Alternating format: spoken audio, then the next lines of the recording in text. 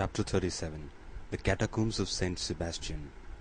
In his whole life, perhaps, Franz had never before experienced so sudden an impression, so rapid a transition from gaiety to sadness as in this moment. It seemed as though Rome, under the magic breath of some demon of the night, had suddenly changed into a vast tomb. By a chance which added yet more to the intensity of the darkness, the moon, which was on the wane, did not rise until 11 o'clock, and the streets which the young man traversed were plunged in the deepest obscurity. The distance was short, and at the end of 10 minutes his carriage, or rather the Count's, stopped before the Hôtel de Londres. Dinner was waiting, but as Albert had told him that he should not return so soon, Franz sat down without him.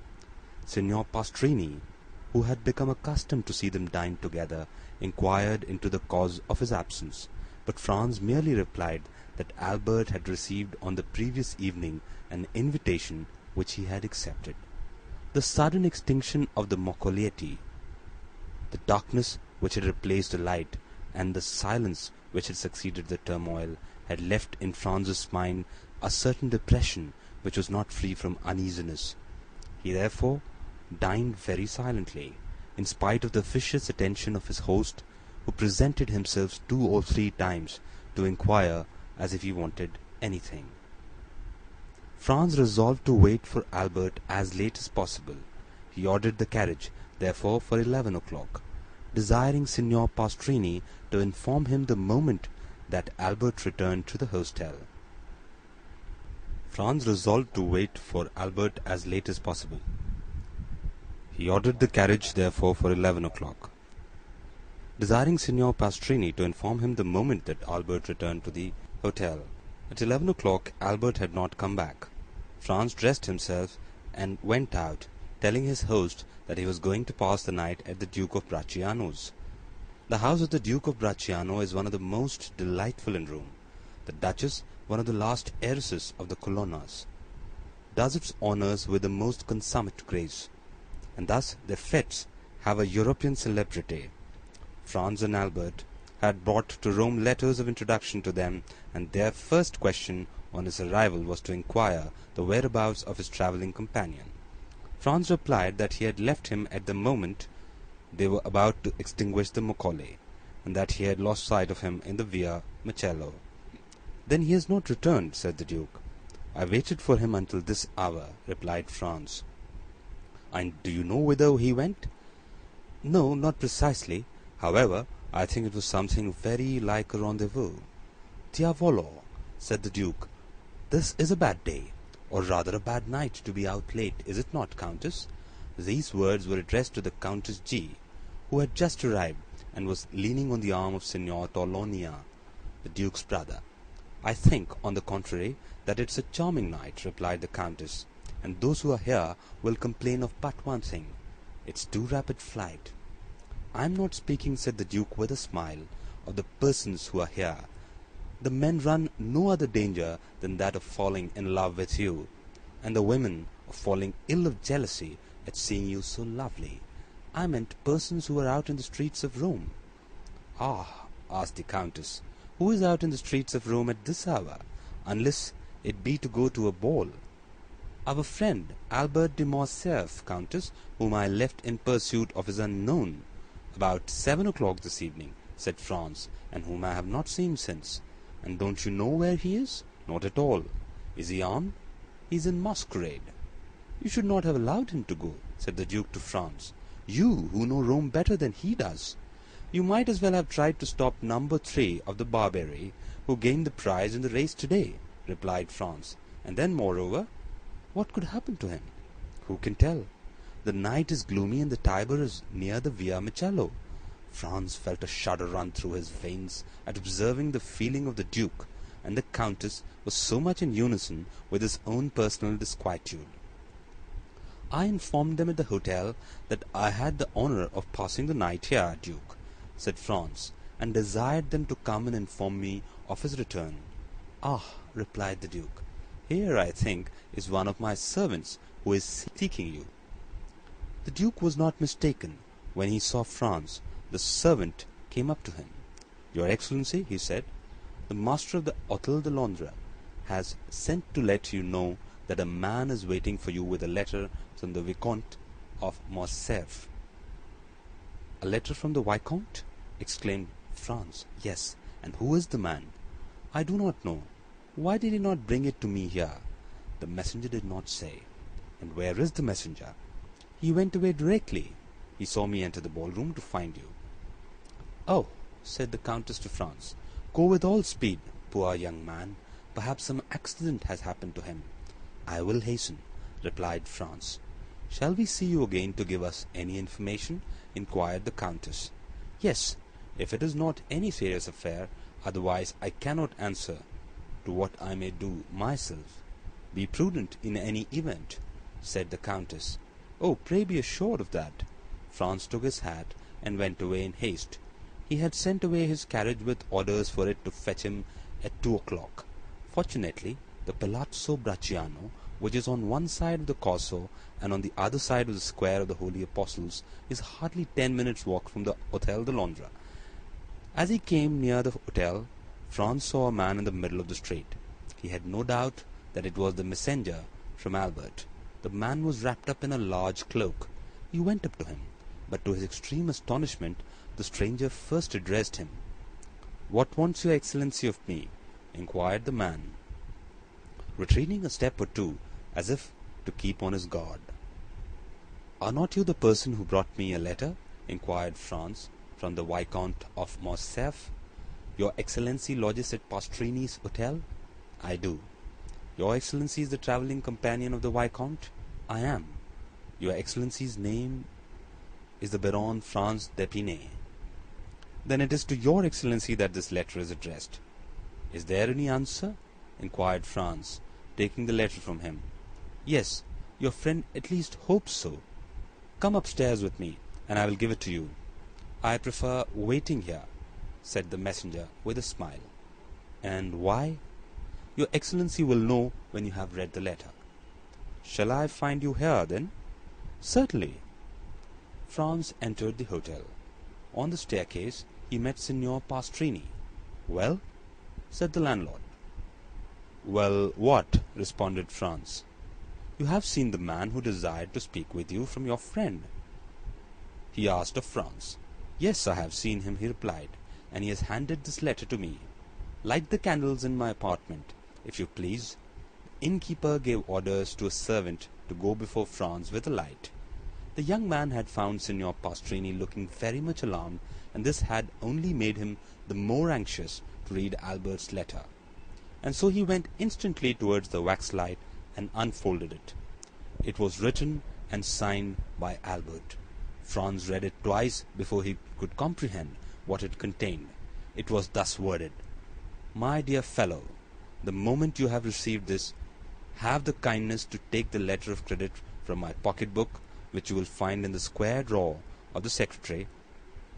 Add your own to it. If it be not sufficient, run to Torlonia, draw from him instantly 4,000 piastres, and give him to the bearer. It is urgent that I should have this money without delay. I do not say more, relying on you as you may rely on me. Your friend, Albert de Morcerf. P.S. I now believe in Italian banditti." Below these lines were written in a strange hand the following in Italian: "Se al se della mattina le 4.000 piastre non sono nel mi mani, alla 7 il conte Alberto avrà accettato di vivere. Luigi Vampa." If by 6 in the morning the 4,000 piastres are not in my hands, by 7 o'clock the Count Albert will have ceased to live. This second signature explained everything to Franz, who now understood the objection of the messenger to coming up into the apartment. The street was safer for him.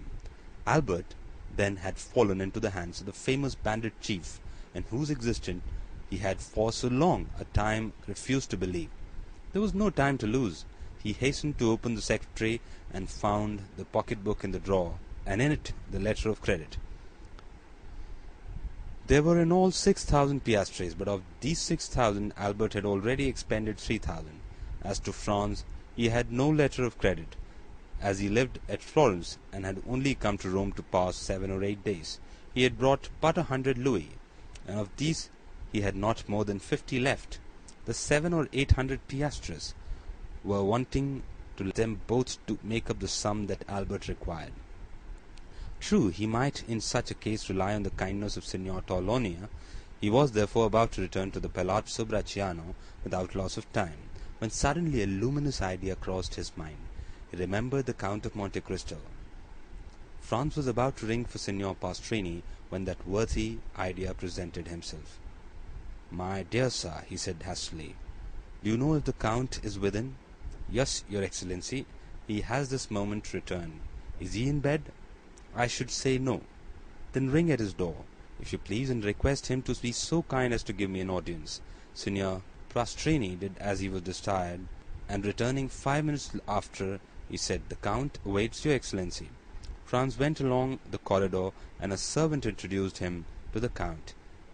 He was in a small room which Franz had not yet seen, and which was surrounded with divans. The Count came towards him. "Well, what good winds blows you hither at this hour?" said he. "Have you come to sup with me? It would be very kind of you." "No, I have come to speak to you of a very serious matter." "A serious matter," said the Count, looking at Franz with the earnestness usual to him. "And what may it be? Are we alone?" "Yes," replied the Count, going to the door and returning. Franz gave him Albert's letter. "Read that," he said. The Count read it. "Well, well," said he. "Did you see the postscript?" "I did, indeed." "Se al se della mattina le 4.000 piastre non sono nel mi mana. Alla sette il Conte Alberto avrà cessato di vivere. Luigi Vampa." "What think you of that?" inquired Franz. "Have you the money?" he demands. "Yes, all but 800 piastres." The Count went to his secretary, opened it, and pulling out a drawer filled with gold, said to Franz, "I hope you will not offend me by applying to you anyone but myself. You see, on the contrary, I come to you first and instantly, and I thank you. Have what you will," and he made a sign to Franz to take what he pleased. "Is it absolutely necessary, then, to send the money to Luigi Vampa?" asked the young man, looking fixedly in his turn at the Count. "Judge for yourselves," replied he. "The postscript is explicit." "I think that if you would take the trouble of reflecting, you could find a way of simplifying the negotiation," said Franz. "How so?" returned the Count with surprise. "If we were to go together to Luigi Vampa, I am sure he would not refuse you Albert's freedom. What influence can I possibly have over a bandit? Have you not just rendered him a service that can never be forgotten?" "What is that?" "Have you not saved Peppino's life?" "Well, well," said the Count, "who told you that?" "No matter, I know it." The Count knit his brows, and remained silent an instant. "And if I went to seek Vampa, would you accompany me, if my society would not be disagreeable?"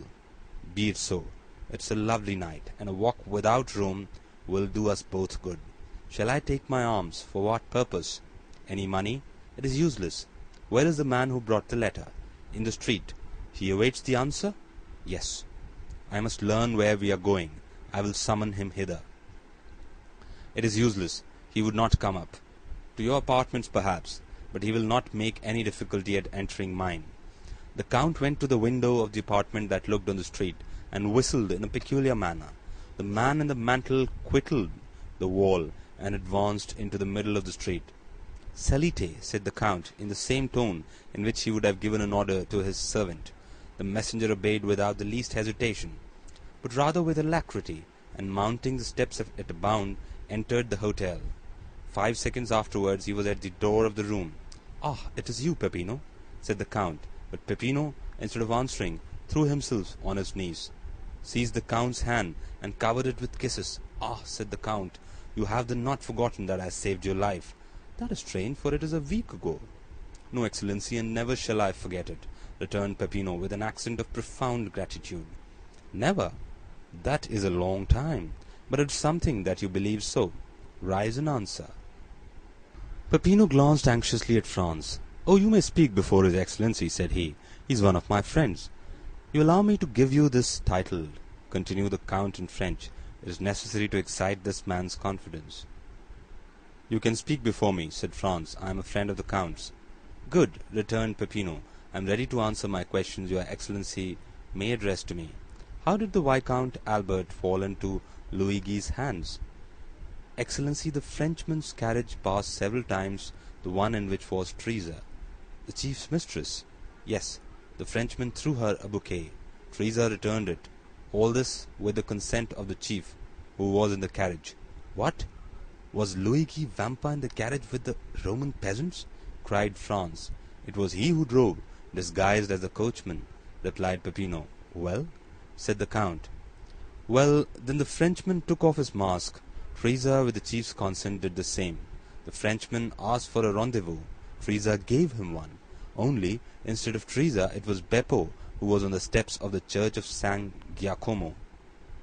What? Exclaimed Franz. The peasant girl who snatched his moccoletto from him was a lad of 15, replied Peppino. But it was no disgrace to your friend to have been deceived. Beppo was taken in plenty of others. And Beppo led him outside the walls, said the Count. Exactly so. A carriage was waiting at the end of the Via Macello. Beppo got in, inviting the Frenchman to follow him, and he did not wait to be asked twice. He gallantly offered the right-hand seat to Beppo, and sat by him. Beppo told him he was going to take him to a villa a league from Rome. The Frenchman assured him he would follow him to the end of this world. The coachman went to the Via di Ripetta and the Porta San Paola, and when they were 200 yards outside, as the Frenchman became somewhat too forward, Beppo put a brace of pistols to his head. The coachman pulled up and did the same. At the same time, 4 of the band, who were concealed on the banks of the Almo, surrounded the carriage. The Frenchman made some resistance and nearly strangled Beppo, but he could not resist 5 armed men, and was forced to yield. They made him get out, walk along the banks of the river, and then brought him to Teresa and Luigi, who were waiting for him in the Catacombs of St. Sebastian. Well, said the Count, turning towards Franz, it seems to me that this is a very likely story. What do you say to it? Why, that I should think it very amusing, replied Franz, if it had happened to anyone but poor Albert. And in truth, if you had not found me here, said the Count, it might have proved a gallant adventure, which would have cost your friend dear. But now he is assured his alarm will be the only serious consequence. And shall we go and find him? Inquired Franz. Oh, decidedly, sir. He is in a very picturesque place. Do you know the Catacombs of St. Sebastian? I was never in them, but have often resolved to visit them. Well, here is an opportunity made to your hand, and it would be difficult to contrive a better. Have you a carriage? No. That is of no consequence. I always have one ready day and night. Always ready? Yes. I am a very capricious being, and I should tell you that sometimes when I rise, or after my dinner, or in the middle of the night, I resolve on starting for some particular point, and away I go. The Count rang, and a footman appeared. Order out the carriage, he said, and remove the pistols which are in the holsters. You need not waken the coachman. Ali will drive. In a very short time the noise of wheels was heard, and the carriage stopped at the door. The Count took out his watch. 12:30, he said. We might start at 5 o'clock and be in time, but the delay may cause your friend to pass an uneasy night, and therefore we had better go with all speed to extricate him from the hands of the infidels. Are you still resolved to accompany me? More determined than ever. Well then, come along. Franz and the Count went downstairs, accompanied by Peppino. At the door they found the carriage. Ali was on the box, in whom Franz recognized the dumb slave of the grotto of Monte Cristo. Franz and the Count got into the carriage. Peppino placed himself beside Ali, and they set off at a rapid pace. Ali had received his instructions, and went down the Corso, crossed the Campo Vaccino, went up the Strada San Gregorio, and reached the gates of St. Sebastian. Then the porter raised some difficulties, but the Count of Monte Cristo produced a permit from the governor of Rome, allowing him to leave or enter the city at any hour of the day or night. The portcullis was therefore raised. The porter had a louis for his trouble, and then went on their way. The road which the carriage now traversed was the ancient Appian Way, and bordered with tombs.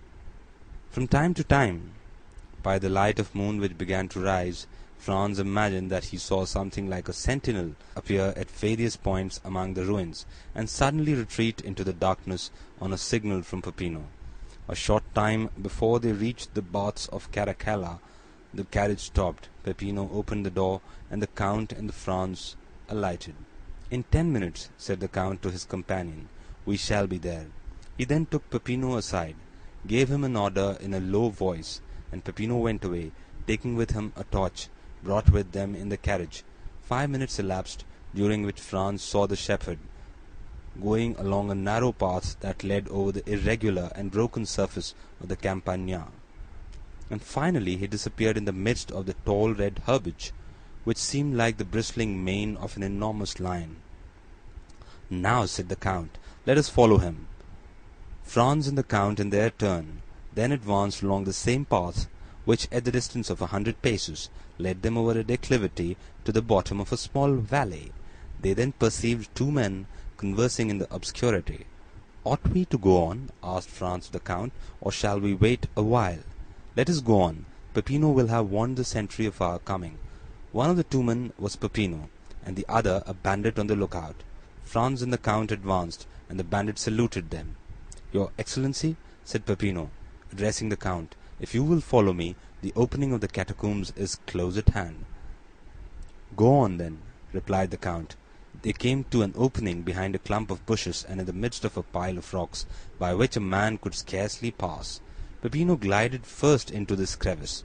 After they got along a few paces, the passage widened. Peppino passed, lighted his torch, and turned to see if they came after him. The Count first reached an open space, and Franz followed him closely. The passageway sloped in a gentle descent, enlarging as they proceeded. Still, Franz and the Count were compelled to advance in a stooping posture, and were scarcely able to proceed abreast of one another. They went on 150 paces in this way, and then were stopped by. "Who comes there?" At the same time they saw the reflection of a torch on a carbine barrel. "A friend," responded Peppino, and advancing alone towards the sentry, he said a few words to him in a low tone, and then he, like the first, saluted the nocturnal visitors, making a sign that they might proceed. Behind the sentinel was a staircase with 20 steps.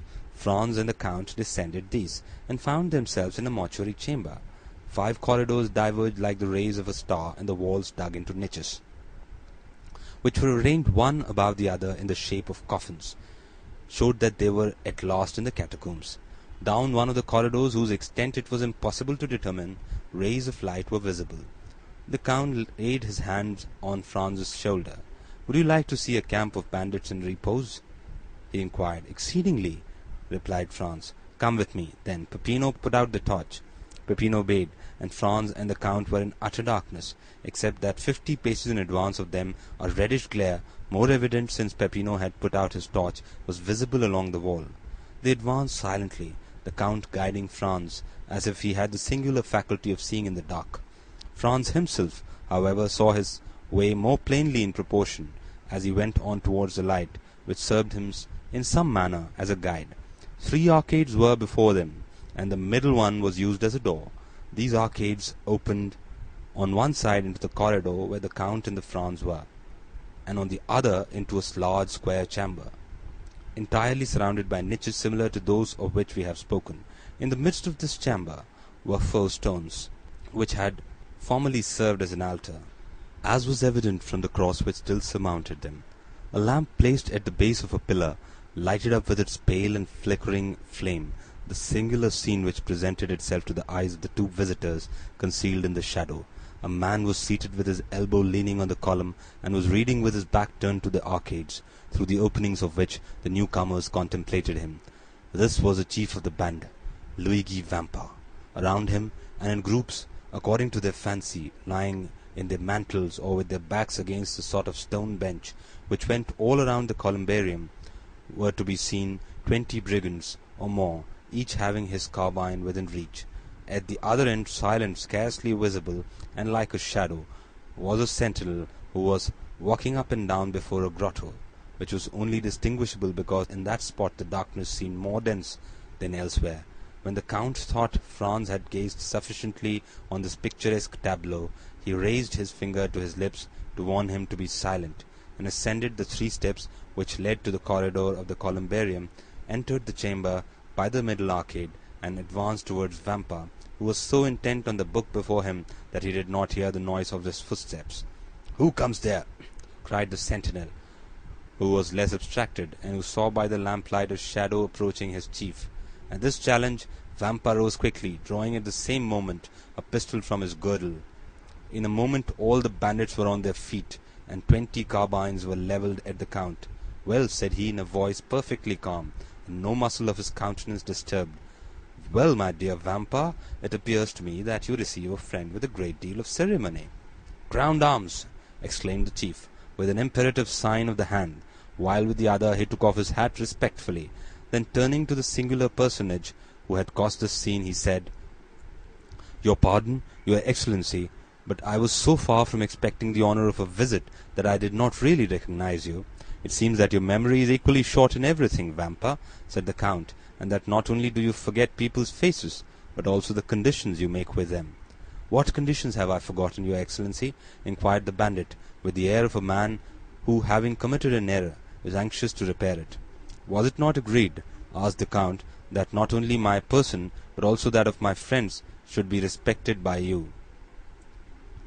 "And how have I broken that treaty, your Excellency? You have this evening carried off and conveyed hither the Vicomte Albert de Morcerf. Well," continued the Count, in a tone that made Franz shudder, "this young gentleman is one of my friends. This young gentleman lodges in the same hotel as myself. This young gentleman has been up and down the Corso for 8 hours in my private carriage, and yet, I repeat to you, you have carried him off and conveyed him hither, and," added the Count, taking the letter from his pocket, "you have set a ransom on him, as if he were an utter stranger." "Why did you not tell me all this, you?" inquired the brigand chief, turning towards his men, who all retreated before his look. "Why have you caused me thus to fail in my word towards a gentleman like the Count, who has all your lives in his hands? By heavens, if I thought one of you knew that the young gentleman was a friend of his Excellency, I would blow his brains out with my own hand." "Well," said the Count, turning towards Franz, "I told you there was some mistake in this." "Are you not alone?" asked Vampa with uneasiness. "I am with the person to whom this letter was addressed, and to whom I desired to prove that Luigi Vampa was a man of his word. Come, your Excellency," the Count added, turning to Franz, "here is Luigi Vampa, who will himself express to you his deep regret at the mistake he has committed." Franz approached, the chief advancing several steps to meet him. "Welcome among us, your Excellency," he said to him. "You heard what the Count just said, and also my reply. Let me add that I would not for the 4,000 piastres at which I had fixed your friend's ransom that this had happened." "But," said Franz, looking around him uneasily, "where is the Viscount? I do not see him." "Nothing has happened to him, I hope," said the Count frowningly. "The prisoner is there," replied Vampa, pointing to the hollow space in front of which the bandit was on guard, "and I will go myself and tell him he is free." The chief went towards the place he had pointed out as Albert's prison, and Franz and the Count followed him. "What is the prisoner doing?" inquired Vampa of the sentinel. "Ma foi, captain," replied the sentry, "I do not know. For the last hour I have not heard him stir." "Come in, your Excellency," said Vampa. The Count and Franz ascended 7 or 8 steps after the chief, who drew back a bolt and opened a door. Then by the gleam of a lamp, similar to that which lighted the columbarium, Albert was to be seen wrapped up in a cloak, which one of the bandits had lent him, lying in a corner in profound slumber. "Come," said the Count, smiling with his own peculiar smile. "Not so bad for a man who is to be shot at 7 o'clock tomorrow morning." Vampa looked at Albert with a kind of admiration. He was not insensible to such proof of courage. "You are right, your Excellency," he said. "This must be one of your friends." Then going to Albert, he touched him on the shoulder, saying, "Will your Excellency please to awaken?" Albert stretched out his arms, rubbing his eyelids, and opened his eyes. "Oh," said he, "is it you, Captain? You should have allowed me to sleep. I had such a delightful dream. I was dancing to the galop at Tolonia's with the Countess G." Then he drew his watch from his pocket, that he might see how time sped. "1:30 only," said he. "Why the devil do you rouse me at this hour?" "To tell you that you are free, your Excellency." "My dear fellow," replied Albert with perfect ease of mind, "remember for the future Napoleon's maxim, 'Never awaken me but for bad news.' If you had let me sleep on, I should have finished my gallop, and have been grateful to you all my life. So then, they have paid my ransom." "No, your Excellency." "Well, then how am I free?" "A person to whom I can refuse nothing has come to demand you. Come hither." "Yes, hither." "Really? Then that person is a most amiable person." Albert looked around and perceived Franz. "What?" said he. "Is it you, my dear Franz, whose devotion and friendship are thus displayed?" "No, not I," replied Franz, "but our neighbor, the Count of Monte Cristo." "Oh, my dear Count," said Albert gaily, arranging his cravat and wristbands, "you are really most kind, and I hope you will consider me as under eternal obligations to you, and in the first place for the carriage, and in the next for this visit." And he put out his hand to the Count, who shuddered as he gave his own, but who nevertheless did give it. The bandit gazed on this scene with amazement. He was evidently accustomed to see his prisoners tremble before him, and yet here was one whose gay temperament was not for a moment altered. As for Franz, he was enchanted at the way in which Albert had sustained the national honor in the presence of the bandit. "My dear Albert," he said, "if you will make haste, you shall yet have time to finish the night at Torlonia's. You may conclude your interrupted gallop, so that you will owe no ill will to Signor Luigi, who has indeed throughout this whole affair acted like a gentleman." "You are decidedly right, and we may reach the Palazzo by 2 o'clock, Signor Luigi," continued Albert. "Is there any formality to fulfill before I take leave of your Excellency?" "None, sir," replied the bandit. "You are as free as air." "Well, then, a happy and merry life to you. Come, gentlemen, come." And Albert, followed by Franz and the Count, descended the staircase, crossed the square chamber, where stood all the bandits hat in hand. "Peppino," said the brigand chief, "give me the torch." "What are you going to do?" inquired the Count. "I will show you the way back myself," said the captain. "That is the least honor that I can render to your Excellency." And taking the lighted torch from the hands of the herdsman, he preceded his guests, not as a servant who performs an act of civility, but like a king who precedes ambassadors. On reaching the door, he bowed. "And now, your Excellency," added he, "allow me to repeat my apologies, and I hope you will not entertain any resentment at what has occurred." "No, my dear Vampa," replied the Count. "Besides, you compensate for your mistakes in so gentlemanly a way that one almost feels obliged to you for having committed them.